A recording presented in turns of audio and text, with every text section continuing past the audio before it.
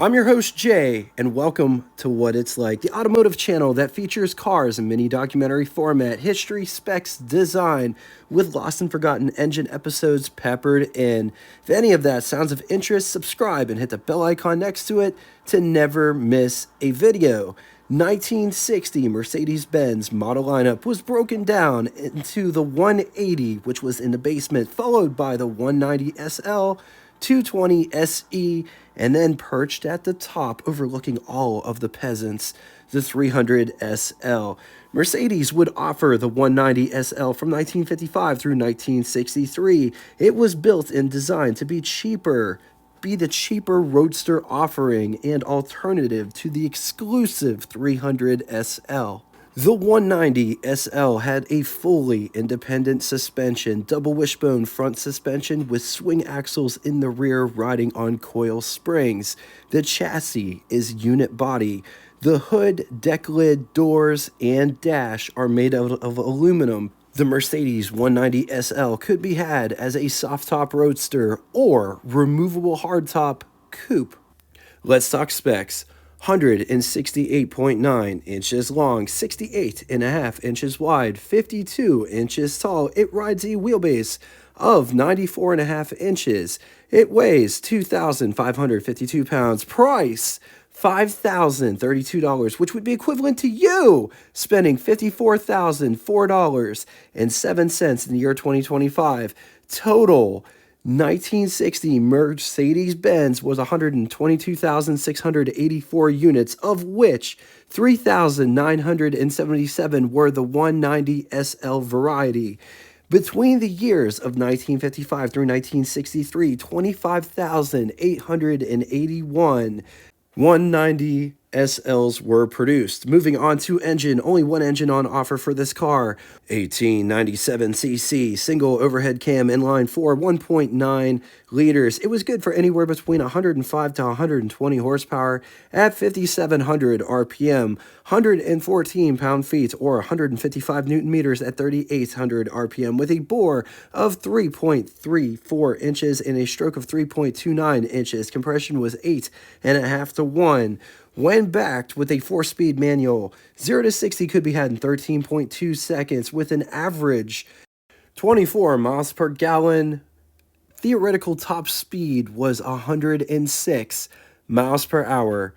If you've been looking for that stellar Mercedes-Benz 190 SL, I know they're getting really hard to find nowadays. I know a place where one is currently for sale. Actually, our featured car is currently for sale at Classic Auto Mall, Morgantown, Pennsylvania, where they got this car, and they got at least 1,000 other cars currently for sale when recording this episode. For hours of operation, directions, and to get the full scoop on this very car, be sure to click the link below after the show.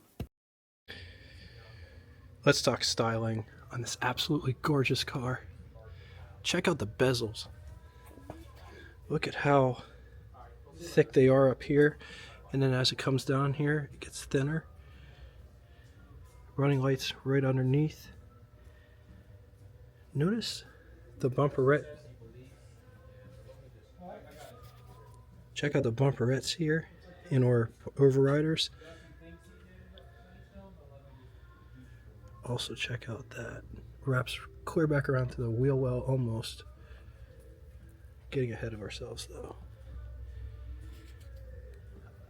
I love how thick and chunky it is right here, and then it slims down in the center with mini bumperettes. Mercedes-Benz badge nice and proud there in the center. Also notice it's curved outward.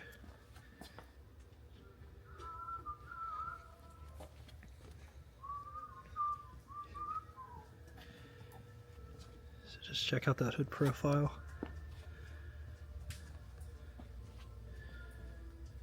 What a gorgeous car.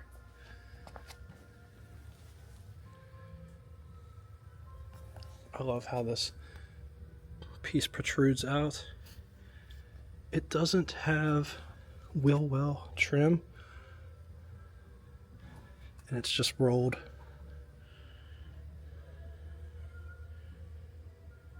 This car does have rocker molding, or rocker trim I should say.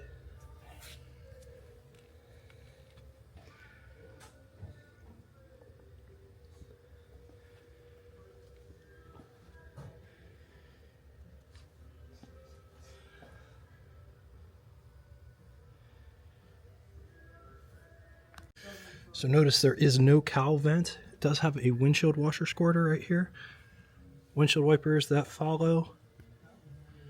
And notice how they are mounted. Has a curved windshield. Just look at these A-pillars. Notice they're the color of the car with trim pieces. Side mirror mounted to the fender.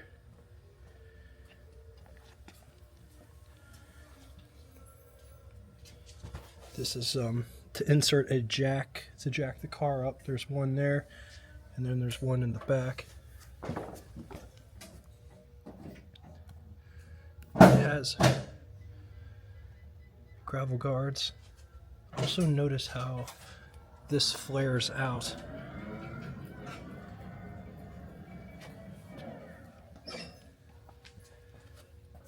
The rear also has this part that protrudes out.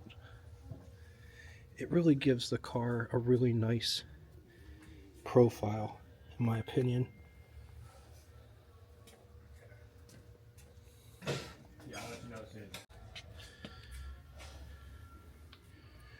Rear brake lights with backup lights in center. The bumper profile in the back mimics the one in the front, but the overriders are different because it has these lights inside for the license plate light. They can shine right there on the license plate. Also, it doesn't look like it thins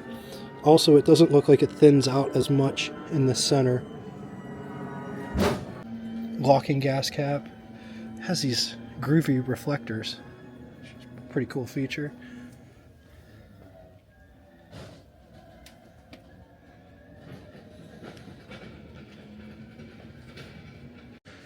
Also, check out this line. That's pretty cool. Getting inside, but before we do, check out these door handles.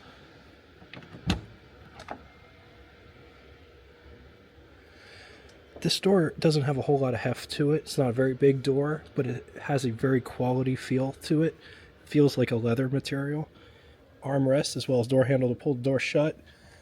Window crank for the big window, which operates like this.